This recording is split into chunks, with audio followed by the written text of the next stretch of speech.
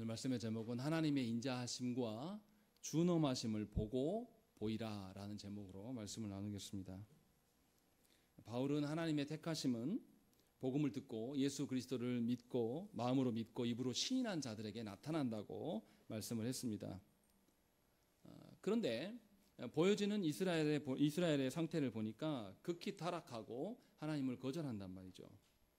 그래서 그들을 바라보고 있으니까 하나님께서 택하신 자들을 하나님 버리시는가? 라는 질문을 할 수밖에 없는 것이고, 이에 대해서 바울은 하나님의 행하심은 사람의 보기에 어떠한 것이 아니다. 사람의 눈에 보이는 것으로 판단하는 것이 아니라 하나님은 자신의 이름을 위하여서 행하시는 분이시기 때문에 사람의 기대와 짐작으로는 알 수가 없다라고 답변을 했습니다.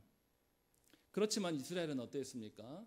여전히 자신의 기대대로 자신의 짐작대로 하나님께 구할 것을 구했으나 하나님께 아무것도 받지 못했습니다.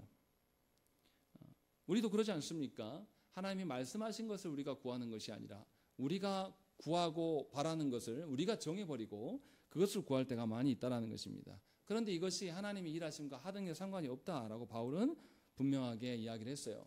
그래서 이스라엘 백성도 어떻습니까? 하나님의 말씀하신 대로 자기를 개선해 나가고 고쳐나가는 방식이 아니라 여전히 자신이 해왔던 방식들을 고집을 했어요. 그래서 그들은 눈과 귀가 있음에도 하나님의 어떠하심을 보지 못하고 듣지 못하는 자로 전락하고 말았다라는 것입니다. 본인들 스스로가 우리가 언약 백성이고 우리가 하나님의 사람이다라고 말했을지 몰라도 실상은 하나님과 아무런 상관이 없었다라는 것이죠. 그런데도 하나님께서는 그들의 타락상을 활용하십니다.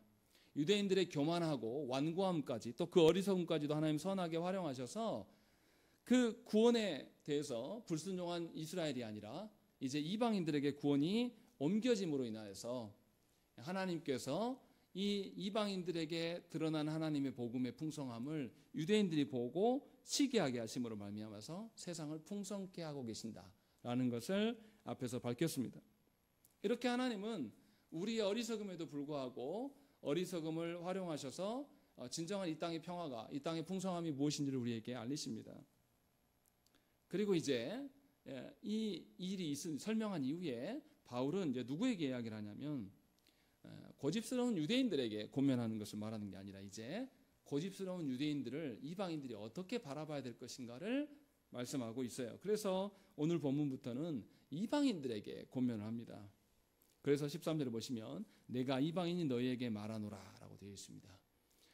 너희가 이방인임에도 불구하고 구원을 받았는데 그렇다면 너희가 추구해야 될 것이 무엇이고 너희가 하나님을 향한 태도가 어떠해야 되는가 라는 것을 경계함으로 말미암아서 온전한 하나님의 의도가 무엇인지를 밝히고 있다는 것입니다. 그 점에서 매우 중요한 이야기입니다.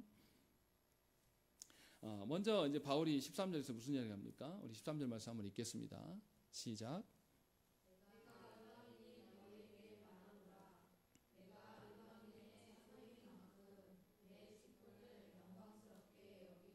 예, 바울의 특이한 태도가 나타납니다.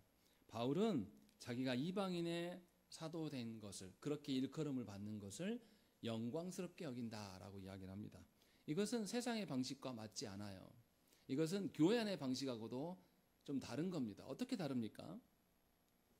일반적으로 많은 사역자들이 자신이 속해 있는 곳에서, 현재 속해 있는 곳에서 잘 부흥시켜서 인정받아서 어디로 가고 싶어 합니까?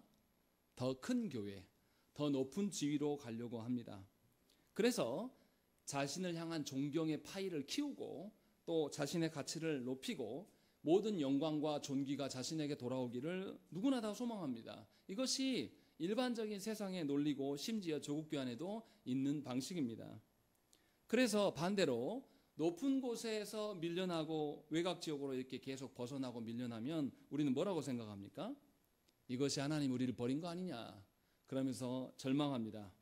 우리 교회도 마찬가지죠. 성도가 많이 오면 우리는 은근히 기대하고 성도가 떠나가면 뭔가 하나님 우리를 버린 것처럼 오해할 때가 많이 있습니다. 그러나 바울은 이것을 전면 부인합니다. 바울은 이 방식으로 말하고 있지 않아요. 이러한 방식으로 살아가는 것은 변질을 향해 가는 것입니다. 이것은 하나님이 주시는 방식이 아니에요. 예수를 따르는 사도들도 어떻습니까? 예수께서 승천하시면서 가시면서 무슨 말씀을 하셨습니까? 성령으로 권능을 받아서 예루살렘과 온 유대와 사마리아와 땅끝까지 내 복음을 가르쳐 증인이 되라고 분명하게 말씀을 하셨습니다. 그런데 사도들이 어디에 머뭅니까? 예루살렘에 머문다라는 것이죠. 복음을 가지고 나아가지 않아요. 그래서 하나님께서 의도적으로 예루살렘에 핍박을 가하시고 흩으시는 그 일들을 하시는 것을 우리는 사도행전에서 봅니다.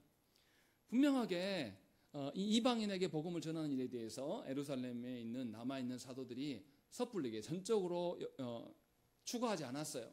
그런데 놀랍게도 사도 바울은 하나님께 부름을 받고 예수 그리스도를 만난 이후에 다메섹 도상에서 예수를 만난 이후에 이방인들을 향해서 복음을 처음부터 그랬던 건 아닌데 처음 복음을 전하다가 실패하죠. 실패하고 나서 자기 고향 다소에 가서 대략 10년 정도 이렇게 은둔 생활을 하다가 다시 바나바로부터 부름을 받습니다. 그때부터 사도는 어떻습니까? 이방인들에게 복음을 전하게 되고 얼마나 이방인들에게 복음을 열심히 전했든지 이제 이방인들의 사도라는 칭함을 받게 돼요. 이것이 바울을 존경하면서 바울을 영광의 자리로 높이면서 불렀던 이름일까요? 아니면 바울을 조롱하면서 불렀던 말일까요? 저도 뭔지는 잘 모르겠으나 우리가 한번 깊이 생각을 해봐야 돼요. 정말로 바울이 이방인의 사도다라는 이야기를 들었을 때 정말로 예루살렘에 있는 유대인들이 그를 존중하면서 존경의 마음으로 불렀을까라는 것을 한번 생각을 해봐야 한다는 것입니다. 당시의 시대상과 너무 맞지 않은 태도예요. 왜 바울이 이렇게 했을까라는 것을 생각을 해봐야 됩니다. 바울이 예수님 만나기 전에 어떤 사람이었습니까? 유대인들 중에서도 유대인이었어요. 그리고 가말리알 문화에서 제대로 배운 유대교의 중심에 섰던 자예요. 그리고 그도 더 높은 자리에 더 권자에 오르기 위해서 뭘 열심히 했습니까? 예수 믿는 자들을 잡아 죽이는 일에 아주 열심을 가진 자였습니다. 그래서 더 많은 예수 믿는 자들을 학살하기 위해서 다메섹으로 가는 도중에 누구를 만납니까? 예수 그리스도를 만나요. 그때 바울이 깨달은 것이 뭡니까? 자신의 거짓된 종교적 열심이 얼마나 하나님의 영광을 가리우는 것이었는가, 자신이 얼마나 괴수 중에 괴수였는가를 예수를 만나면서 깨닫게 된 거예요. 그래서 자신의 거짓된 종교꾼을 실체를 보게 된 것이죠. 그래서 바울은 수많은 이방인 지역에서 교회를 세웠음에도 불구하고 충분히 좋은 사역자라는 거 입증이 받았지 않습니까? 이방 땅에 얼마나 많은 교회를 세우면서 복음을 전했습니까? 그런데 바울이 예루살렘의 높은 지위로 올라갑니까? 가지 않아요. 한번 생각을 해보셨는지 모르겠습니다. 바울은 예루살렘에 가는 목적은 예루살렘에게 자기의 선교 보고하기 위해서 올라가고요. 예루살렘이 지진과 기근으로 힘들 때 돕기 위해서 이방인 성도들을 설득하면서 그 협력하려고 간 적은 있지만 자기가 이 예루살렘에서 높은 종교적 지위에 오르기 위해서 대형 교회에 가기 위해서 올라가지 않았다는 것입니다. 바울은 오히려 당시의 지배층이었던 로마에 복음을 전하기 위해서 자신이 재판받을 필요가 없는데도 불구하고 재판받기 위해서 그것을 빌미로 인해서 로마의 복음을 전하기 위해서 죽음의 자리로 나아가는 사람이에요. 그러니까 바울은 어떻습니까? 끝까지 중심부와 멀어지는 행보를 보였던 사람이에요. 그러니까 13절의 말씀은 그냥 하는 말이 아니에요. 내가 이방인의 사도가 된 것을 영광스럽게 여긴다라고 말하는 것은 진실로 바울이 그랬다라는 것입니다. 자신이 하나님을 사랑하고 복음이 이 땅 가운데 편만해지는 것을 보면서 자신이 충분히 종교적인 어떤 고위직에 오르는 것이 영광이다라고 본 것이 아닙니다. 하나님의 영광됨이 자신이 사역하는 현장에서 드러나는 것을 인하여서 바울은 정말로 기뻐했다라는 것입니다. 그런데 우리는 어떻습니까? 우리는 이 땅에서 대형교회의 목사가 되고 이 땅교회에서 크게 커지는 것, 이 땅에서 사람들로부터 인정받는 것을 하나님의 영광이라고 둔갑을 시킵니다. 바울의 태도와는 전혀 다른 태도인 것이죠. 분명하게 바울은 이것을 먼저 선언합니다. 그리고 나서 바울이 특이한 말을 해요. 14절의 말씀을 한번 읽겠습니다. 시작.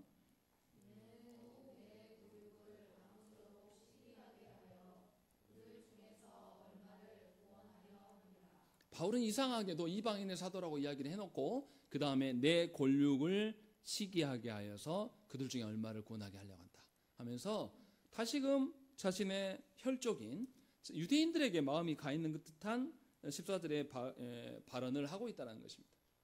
그럼 13절과 좀 맞지 않는 것 같은 그런 이야기 아닙니까? 뭔가 이렇게 왜 모순적이냐 이렇게 생각할 수 있습니다. 그러나 모순적이지 않습니다. 바울은 분명하게 뭐 합니까? 자기가 이 맥락을 잘 보세요. 14절에 이는 왜냐하면 이렇게 앞에서 뭐라고 했습니까? 내가 이방인의 사도를 영광스럽게 여기는데 이 일이 누구에게도 도움이 된다. 자기의 혈족인 유대인들이 시기함으로 질투함으로 말미암아서 이방인들에게 복음이 드러나고 그들이 예수를 믿음으로 말미암아서 하나님의 백성 된 것을 보니 유대인들의 생각은 뭐였습니까? 자신들만 하나님의 택한 백성이고 이방인들은 개 취급했던 자들이에요. 근데 개와 같은 그들이 하나님의 자녀가 되고 하나님의 영광이 드러나게 되면 오히려 유대인들이 하나님을 향해서 질투의 마음을 갖게 되고 그 중에 몇몇이 돌아올 수 있지 않겠는가라는 이야기를 지금 하고 있는 거예요. 지금 사도 바울이 어떤 태도를 갖고 있는 겁니까? 자신이 이방인의 사도니까 유대인들 너희들 내가 싫어 이렇게 하는 태도를 갖고 있는 게 아닙니다. 자신이 이방인의 사도로서 충실히 행하는 것, 하나님께서 볼품없고 야만인들과 같은 이방인들에게 복음을 전하라고 하셨는데 그 자기의 자리에서 자기가 충성스럽게 행하는 것이 도리어 누구에게도 도움이 된다. 유대인들에게도 도움이 되는 것이다 라고 고백하고 있는 것입니다. 이것은 하나님의 계획하심과 인도하심을 정말로 믿고 신뢰하는 겁니다. 하나님이 자신에게 명하게 있어라 하는 그곳에서 하나님께 충성을 다하는 것, 비록 그곳에서 열매가 없을지라도 하나님 명하신 곳에서 충성을 다하는 것이 하나님의 계획하심을 철저하게 존중해 드리는 태도예요. 그러나 우리는 어떻습니까? 하나님께서 주신 가정과 하나님께서 주시는 교회를 바라보면서도 하나님의 계획을 인정해 드리기보다는 내 판단으로 인하여서 하나님 왜 나에게 이렇게 힘든 가정을 주셨습니까? 하나님 왜 나에게 이렇게 힘든 교회를 주셨습니까? 이런 논리를 펼 때가 훨씬 많아요. 왜냐하면 하나님의 계획하심, 하나님께서 계획하셔서 지금 현재 나를 있게 하심에 대한 우리는 불평과 불만을 갖습니다. 왜냐하면 하나님을 신뢰하지 않거든요. 도리어 뭐라 그러냐면 하나님이 허락하신 영역 안에서 내 영역에 대해서 힘써 그 일에 충성을 다하는 것이 아니라 나에게 허락하지 않은 다른 영역을 발견하면서 그 영역에 대해서 감나라 배나라 하면서 거기에 뭔가 마음을 둘 때가 훨씬 많아요. 근데 바울은 이것을 지금 전면 부인하고 있는 겁니다. 내가 유대인들에게 복음의 가치를 증거할 수 있는 것은 이방인들에게 복음의 가치가 선명하게 드러날 때에 하나님께서 나에게 주신 것이 충성을 다할 때에 오히려 유대인들에게 시기가 나서 그들이 하나님께 돌아올 수가 있게 되는 것이다 라고 말하고 있는 겁니다. 이것은 하나님의 방편을 철저하게 인정하는 사람만이 할 수 있는 고백이에요. 하나님께서 나에게 주신 영역 이외의 것들에 대해서는 더 이상 탐하지 않는 겁니다. 그래서 바울이 분명하게 14절에서 이 이야기를 하고 있는 것입니다. 그러니까 하나님께서 정해준 순리를 절대 거스르지 않습니다. 하나님께서 나에게 주신 그 일들을 그대로 시행하고 있어요. 그래서 바울이 이방인의 지역을 전도하면서도 복음을 전하면서도 먼저 동네마다 어디를 먼저 갔습니까? 유대인들의 회당을 먼저 갔어요. 그리고 그들에게 복음을 전했습니다. 그들이 듣든지 아니 듣든지 그들에게 복음을 전하게 되면 바울의 입장이 어떻게 됩니까? 더 곤란해져요. 예루살렘에 있는 유대인들에게 소식이 전해지면서 자기가 복음을 전할 때 더 어려움을 겪게 됩니다. 더 고초를 당해야 돼요. 그런데도 바울은 하나님을 더욱더 신뢰하기 때문에 하나님이 자신을 이방인의 사도로 둔 것과 하나님께서 유대인들을 먼저 선택하신 이 모두 두 가지를 존중하는 자로 서 있다는 것입니다. 어느 하나를 배척하지 않아요. 그것을 모두 다 존중하는 것입니다. 바울은 복음을 전할 때 있어서 배타성을 제거합니다. 우리는 어떻습니까? 우리는 매우 배타적인 습성을 갖고 있어요. 유대인들도 그랬습니다. 그래서 자신들만이 특정한 민족이고 자신들의 공동체만이 탁월하고 우월하다라는 생각을 갖게 됩니다. 그래서 그리스도의 몸된 교회는 나만이, 우리 교회만이, 조국 교회만이 전부다라는 생각을 가져서는 안 된다는 것입니다. 그리스도의 몸은 전 세계에 있는 것이고 그리스도의 몸됨은 전 세계 교회 가운데 함께 있는 거예요. 그래서 바울은 15절의 말씀을 하는 겁니다. 우리 15절의 말씀 한번 읽겠습니다. 시작.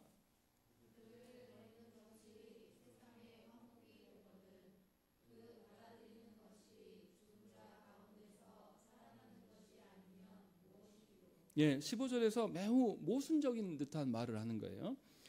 그들을 버리는 것이 세상의 화목이 된다. 여기서 그들은 유대인들이죠. 유대인들을 버리는 것이 세상의 화목이 된다는 의미는 뭡니까? 유대인들이 버림을 받았기 때문에 누구에게 복음이 갔다?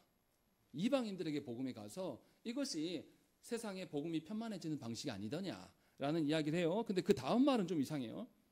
그 받아들이는 것이 죽은 자 가운데서 살아나는 것이 아니면 무엇이리요? 라고 말합니다. 무슨 말입니까?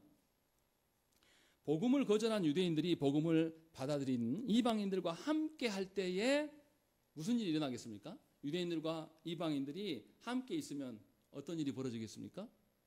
유대인들은 이방인들을 뭐로 여겨요? 하찮은 존재로 여긴단 말이에요. 개로 취급한단 말이에요. 함께 있으면 분쟁이 나겠죠. 화목하지 않겠죠. 그런데 바울은 무슨 이야기를 하냐면 그들이 자신의 어떤 특별함, 자신의 우월감을 강조하는 것이 아니라 그리스도께서 죽은 자 가운데서 살아나심을 받아들이게 된다면 유대인들과 이방인들도 다 하나님 나라의 어떠함으로 더욱더 풍성해지는 일이 있을 것이다 라는 것을 15절에 지금 이야기를 하고 있는 겁니다. 그러니까 하나님께서 우리에게 베푸신 그 충만함이라는 것은 무엇입니까? 단지 이 유대인들에게 있던 복음이 이방인들에게 흘러가는 것이 충만함이 아니라 하나님이 버린 유대인들도 하나님께 돌아와서 유대인이든지 이방인이든지 모두가 하나님의 그 복음으로 예수 그리스도로 말미암아서 풍성하게 되는 것이 진정한 하나님 나라의 완성이다. 진정한 하나님 나라의 풍성함이 아니겠는가라는 것을 지금 말씀하고 있는 거예요. 그러니까 성도된 우리들이 나만 특별하고 우리 교회만 어떠하다라는 생각들을 가지면 곤란하다는 것입니다.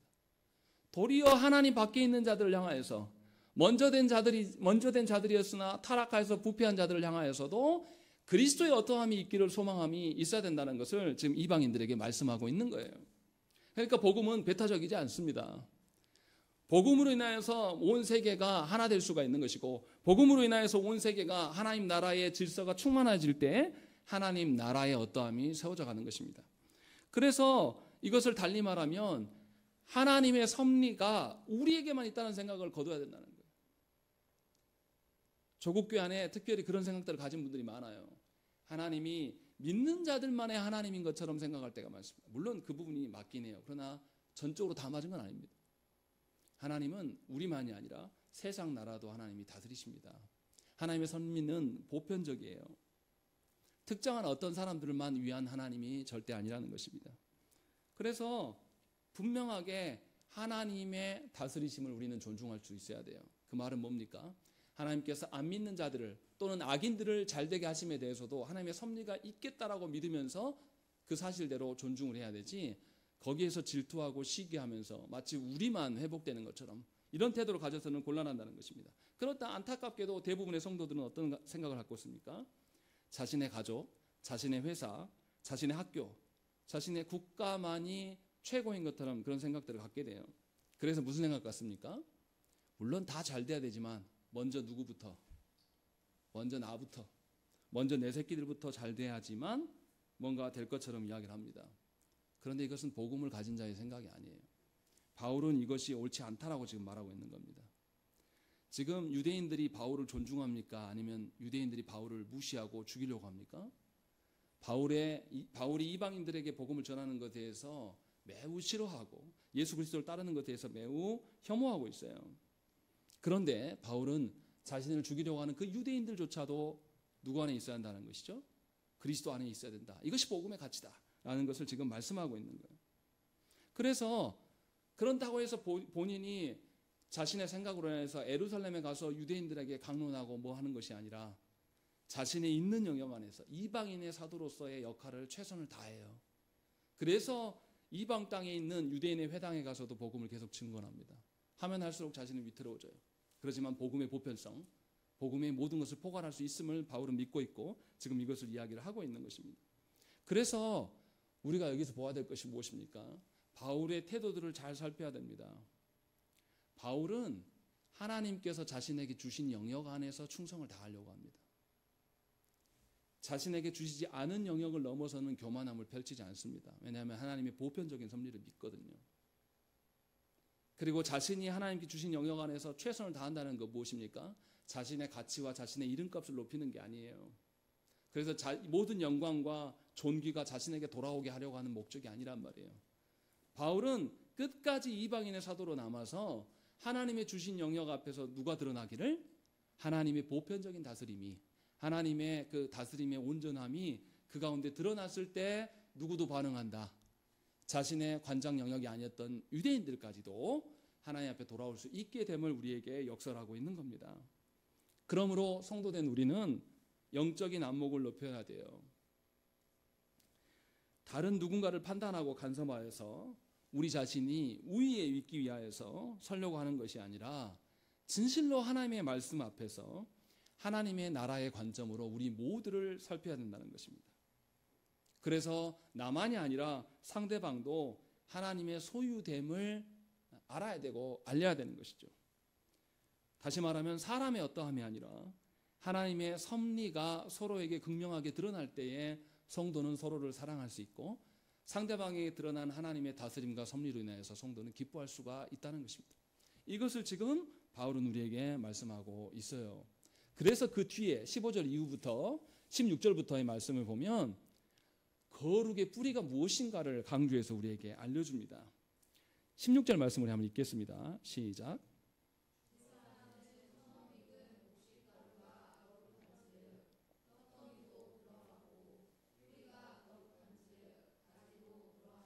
예, 하나님께서 이스라엘 백성들에게 가나안 땅에 들어가서 뭘 명령하셨냐면 첫 수확하는 열매를 누구에게 드려라?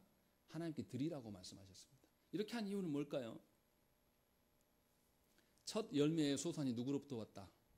하나님으로부터 온 것이지 결코 너희의 수고와 노력의 대가가 아니다라고 이야기를 하는 거예요. 그러니까 이스라엘에게 너희의 존재됨의 근원이 누구에게 있다? 하나님께 있음을 확인시켜 주려고 그 일을 하는 겁니다. 이스라엘이 가나안 땅 들어가기 전에 40년 동안 계속 무엇을 먹고 마셨습니까? 하나님 주시는 만나와 메추라기를 먹고 살았어요. 그래서 모든 생명이 하나님으로부터 오는 것을 알려줬고 그 땅에 들어가서 또 그것을 먼저 말씀하셨어요. 그것을 빗대어서 지금 바울이 이야기를 하는 겁니다. 그래서 처음 익은 곡식가루, 이미 그 처음 익은 열매 자체가 누구로부터 온 겁니까? 하나님으로부터 온 거예요. 그러니까 이 열매가 거룩하고 이 거룩한 것으로 빻아서 만든 가루가 거룩할 수밖에 없고 그 가루로 만든 빵 역시도 거룩할 수밖에 없다라는 것으로 설명하면서 거룩의 뿌리가 누구로부터냐라는 이야기예요.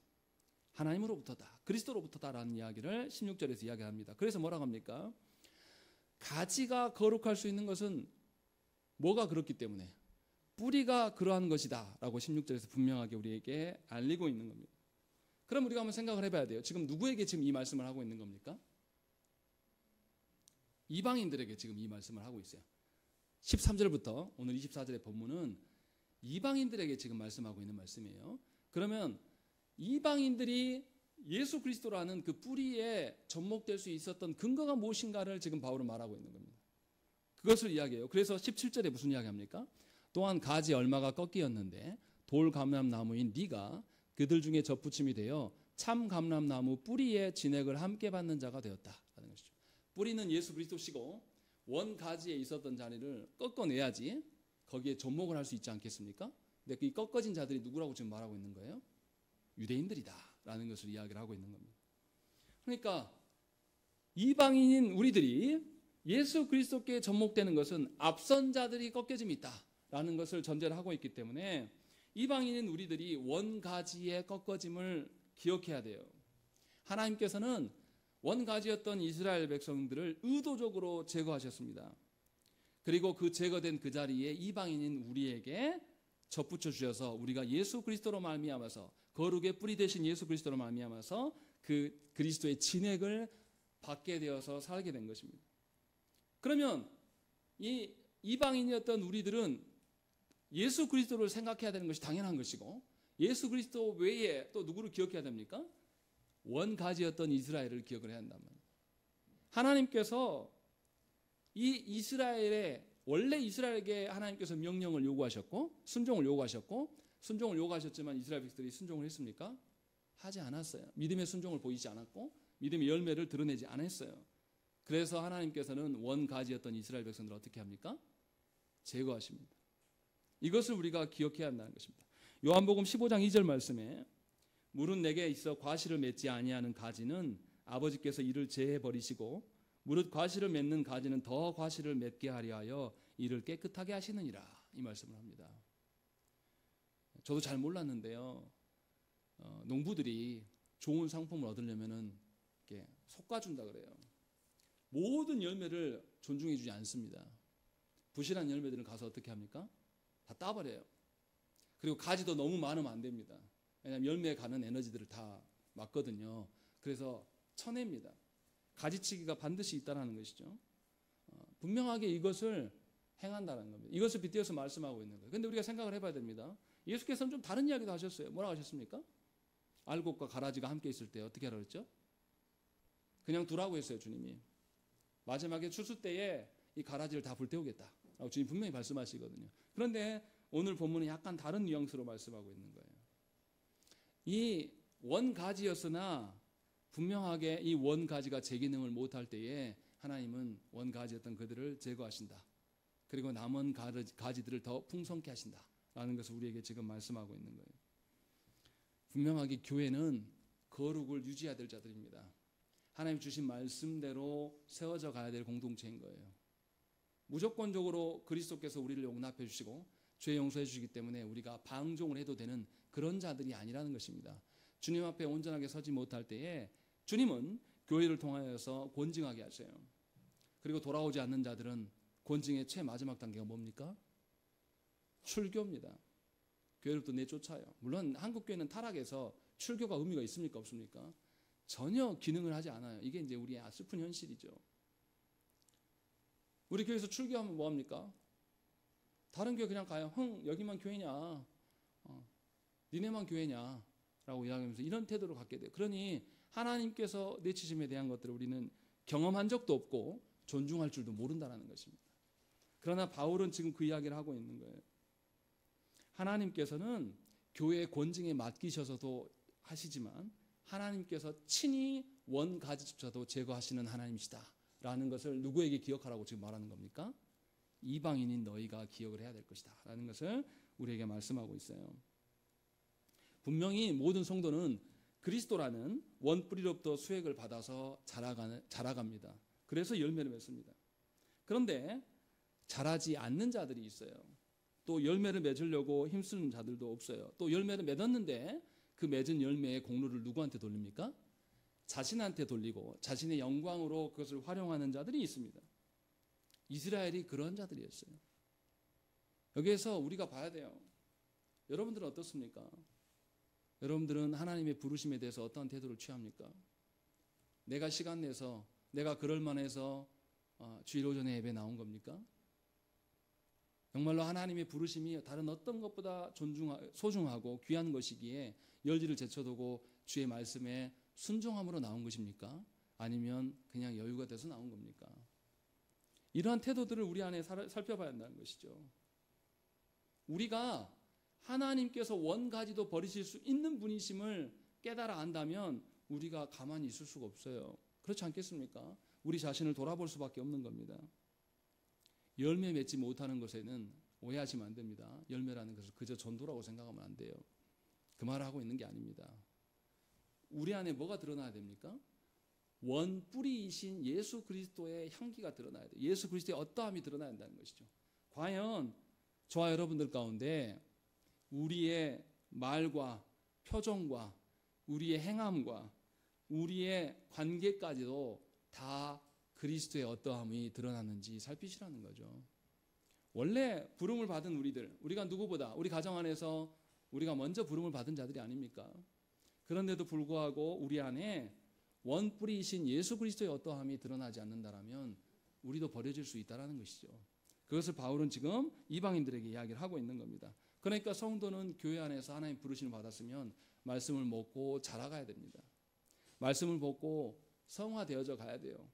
전에 내가 썼던 말 이것도 하나님 앞에서 걸러져야 될 필요가 있는 것이고 전에 내가 반응했던 내 정서에 대한 표정들까지도 주의 말씀 앞에서 변화되는 이런 일들이 우리 안에 있어야 된다는 것입니다. 그래서 우리 안에 자라가지 않고 우리 안에 세상의 어떠함으로 위로를 받고 세상의 어떠함으로 영광을 말한다면 이것이 말씀으로 인해서 점점 옮겨가야 돼요. 하나님 나라의 영광과 하나님 나라의 그 어떠함이 우리의 기쁨과 소망이 되는 그런 변화됨이 있는지를 점검해야 한다는 것입니다. 이것이 지금 바울이 이방인들에게 원가지인 이스라엘조차도 하나님은 꺾으시는 하나님이시다라고 경고하시는 말씀이에요. 성도된 우리가 우리의 힘으로 무엇인가를 이뤄내고 우리가 무엇인가를 막 애쓰고 힘쓴다고 해서 되어진다는 그런 의미를 말씀드리는 게 아니에요. 우리의 존재 자체가 정말로 예수 그리스도에게 반응하는 자인지를 돌아보시라는 거예요. 정말로 내 기쁨과 내 즐거움과 내 슬픔과 내 나른함까지도 다 포함하여서 정말로 주님께 반응하는 것들인가. 그래서 드러나서 내 존재 자체가 조금씩 하나님의 다스리는 그 섭리로 인하여서 반응하고 있는 자들인가를 점검하라는 거죠. 바울은 그래서 이방인들에게 경고하고 있는 겁니다. 이 사실을 잃어버리면 우리는 언젠가 원뿌리로부터 꺾임을 당할 수밖에 없다는 것입니다. 반드시 타락의 길을 걸어갈 수밖에 없음을 바울은 이야기를 하고 있는 거예요. 원래 이방인이었어요. 우리는 하나님의 복음을 받을 자격이 없는 자들입니다. 그런데 우리가 예수를 믿고 교회된 것은 우리의 어떠함 때문이 아니에요. 하나님께서 우리를 향하여서 참고 인내하심으로 원가지의 어떠한 자들을 희생케 하심으로 말미암아서 우리를 그곳에 둔 것입니다. 원래부터 이질적인 자들이에요. 우리는 원뿌리 대신 예수 그리스도께서 보내시는 진액을 우리의 능력으로 먹고 마시고 우리 안에 적용하면서 우리 스스로 변화될 수 있는 자들이 아니란 말이에요. 주께서 우리를 향하여서 참아주시고 인내하심으로 말미암아서 우리가 말씀을 먹을 수 있도록 누구를 우리에게 파송하십니까? 성령님을 파송하셔서 성령께서 이 시간에 오셔서 말씀을 깨닫게 하시는 자만 그 말씀을 듣고 내 삶을 개선해 나고 성화의 일들이 일어나게 하는, 그래서 우리가 썩지 않고 우리가 지속적으로 자라가고 열매 맺게 하시는 것조차도 우리가 한 것이 아니라 원뿌리이신 예수 그리스도의 결과물이라는 거예요. 그것을 지금 이방인들에게 지금 말씀하고 있는 겁니다. 그래서 19절에 뭐라고 합니까? 그러면 네 말이 가지들이 꺾인 것은 나로 접붙임을 받게 하려 함이라, 이렇게 말한다는 것이죠. 분명하게 이 유대인들이 꺾여진 것은 나를 위한 것이다 라는 것을 고백하는 것이 당연한 이방인들의 태도인 것이 아니냐라는 것을 이야기를 하고 있는 거예요. 그러니까 뿌리 대신 예수 그리스도께서 우리를 지키신 것이지 가진 우리가 예수 그리스도를 지켜나가는 것이 아닙니다. 착각을 버리시라는 거예요. 어떤 분들은 그런 사람이 있어요. 내가 이 교회를 개척부터 내가 지금까지 지켜왔다. 나로 말미암아서 이 교회가 굳건해졌다. 헛소리예요. 이것은 아직도 하나님의 크신 은혜가 무엇인지를 알지 못해요. 그래서 무슨 이야기를 하냐면 자기 어떠한만을 말한단 말이에요. 생각을 해보십시오. 제가 이 교회에서 개척한 교회에서 뭐 한 20년 이후에 은퇴할 텐데 마지막에 가서 제 수고를 말하고 제 자랑을 말한다면 얼마나 꼴불견이겠습니까? 그간 해왔던 그 기간 내내 뭐 한 거죠? 하나님과 상관없는 일들, 누구를 위해서 한 거죠? 자기 영광을 위해서 산 것을 마지막에 증명해 내버리는 거예요. 그게 얼마나 추합니까? 그 평생에 달려온 것이 하나님 앞에서 거짓된 것을 스스로 인정하는 꼴이 되는 겁니다. 이러한 자가 되지 않기 위하여서 지금 이방인들에게 복음이 열려져 있고 이 예수를 믿는 자들에게 바울은 지금 권면하고 있는 겁니다. 그래서 원가지 이야기를 하고 있는 거예요. 그래서 20절과 21절의 말씀 차이가 무엇인지를 이야기합니다. 우리 한번 읽겠습니다. 20절 말씀 시작.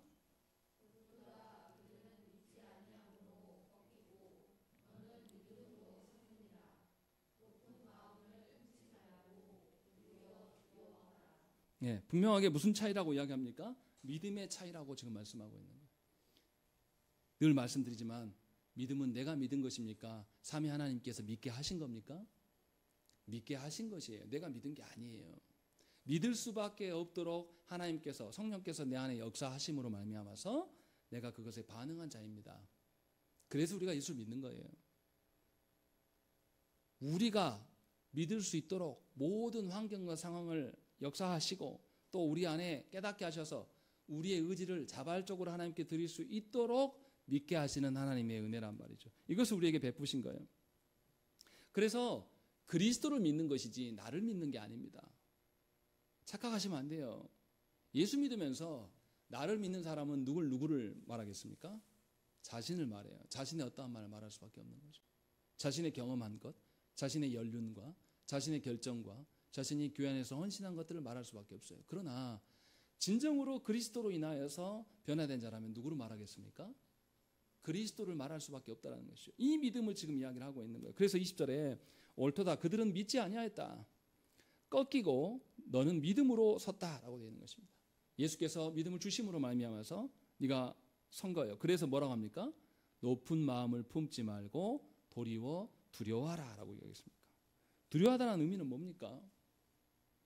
크고 높으신 하나님께서 너를 붙들고 계시기 때문에 겸손을 잃지 말고 하나님께서 명하신 자리에서 네 일에 충성을 다하라고 지금 말씀하고 있는 겁니다. 그런데 우리는 어떻습니까? 교회 안에서차도 우열을 가려요. 또 교회들끼리도 누가 더 좋은 교회인가를 우리가 판단하는 일에 우리는 능합니다. 그런데 이게 다 허망한 일이라는 것입니다. 주께서 우리에게 명하신 것은 하나님 앞에서의 관계예요. 아까도 우리가 말씀드렸지 않습니까? 우리가 웨스트민스터 신앙고백서 이야기할 때 죄의 문제를 다룰 때 누구와 누구를 다뤄야 되는 것이죠? 하나님과 하나님 앞에서 나를 발견하는, 이게 죄의 문제예요. 그런데 우리는 죄의 문제를 누구하고 다루려고 합니까?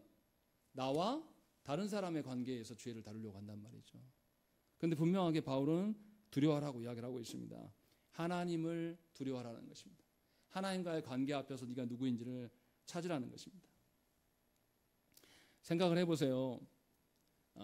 자신의 어떠함으로 서는 것이 굉장히 무서운 이야기입니다. 선민의식을 갖게 되면 어떻습니까? 반드시 타락하게 됩니다. 그래서 유대인들이 타락하게 됐고요. 그래서 세계 역사 가운데 기독교인들이 수치스럽게 하게 될 게 뭡니까? 십자군 전쟁이 있었어요. 200년 동안 사람들을 학살하고 다니는 십자군 전쟁의 역사를 한번 읽어보면 기가 막힙니다. 잘못 가가지고요, 기독교인들 동네를 이슬람을 치러 갔다가 자기들이 방향을 잘못 가서 기독교인 동네에 가서 전부 학살해버립니다. 이런 무식한 일들도 벌이고요, 나중에 음식이 없으니까 아이도 잡아먹어요. 200년 동안이나 지속이 됩니다. 그걸 다 누구의 이름으로 하냐면 하나님의 이름으로 하는 것이죠. 이게 얼마나 무식한 일입니까? 근데 근래에도 있었죠. 독일 교회가 누구를 인정합니까? 히틀러를 인정해요. 그래서 자기들만의 특별한 우월의식을 가져서 어떻게 합니까? 유대인들을 전부 학살합니다. 600만 명이나 죽이게 되는 것이죠. 분명히 기억해야 돼요. 하나님께서 모든 자들을 하나님 품으셨는가라는 것이죠. 한번 인류의 순서를 한번 생각해 보십시다. 아담의 자녀 중에서 하나님이 누구를 버리셨습니까? 가인을 하나님이 제거하셨어요.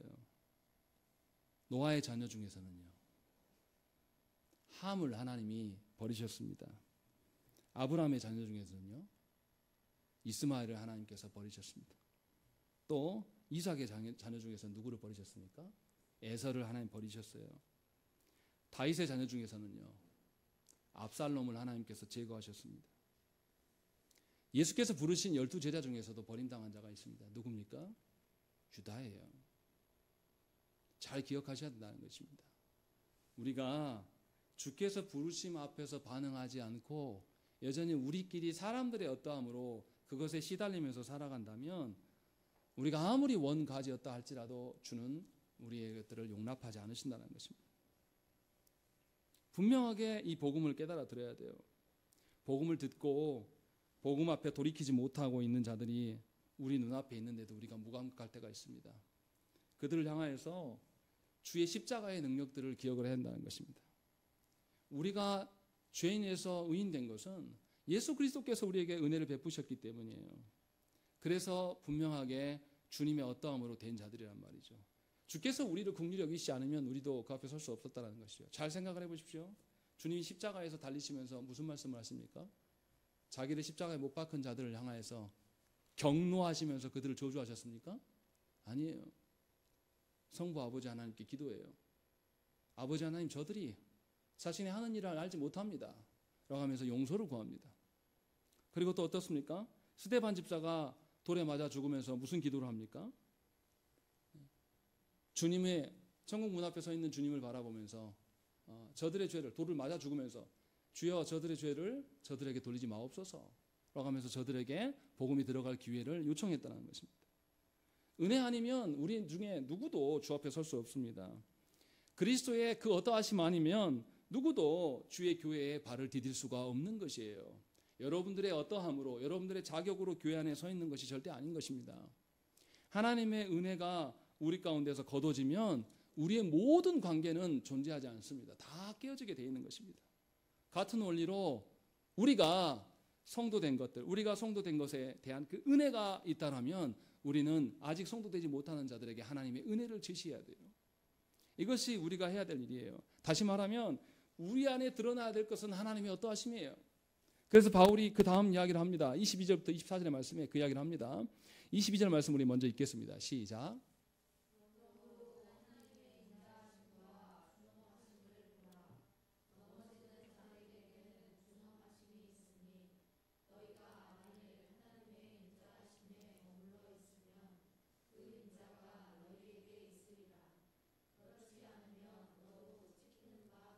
예, 분명하게 이방인이 너희들에게 하나님께서 인자하심과 준엄하심으로 대해 주신다라는 것을 분명히 밝혀요.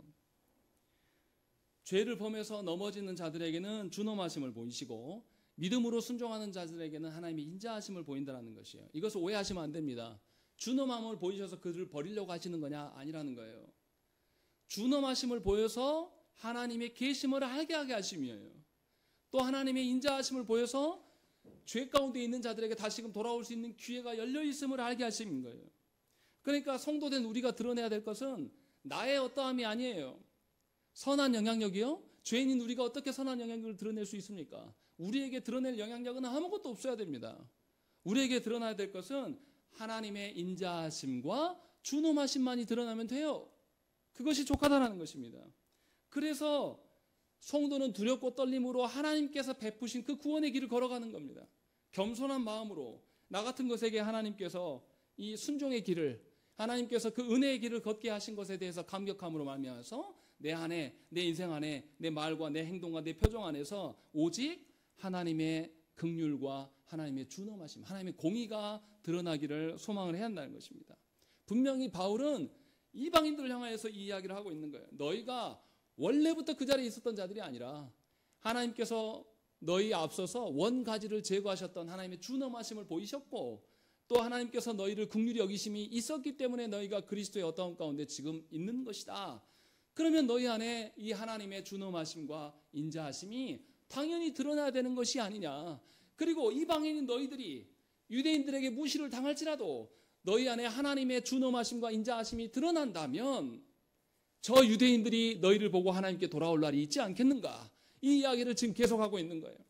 그러니까 성도가 성도된다는 것은 무엇입니까? 성도가 성도된다는 것은 하나님의 인자하심과 준엄하심의 그 다스림 가운데 놓여 있다라는 거예요.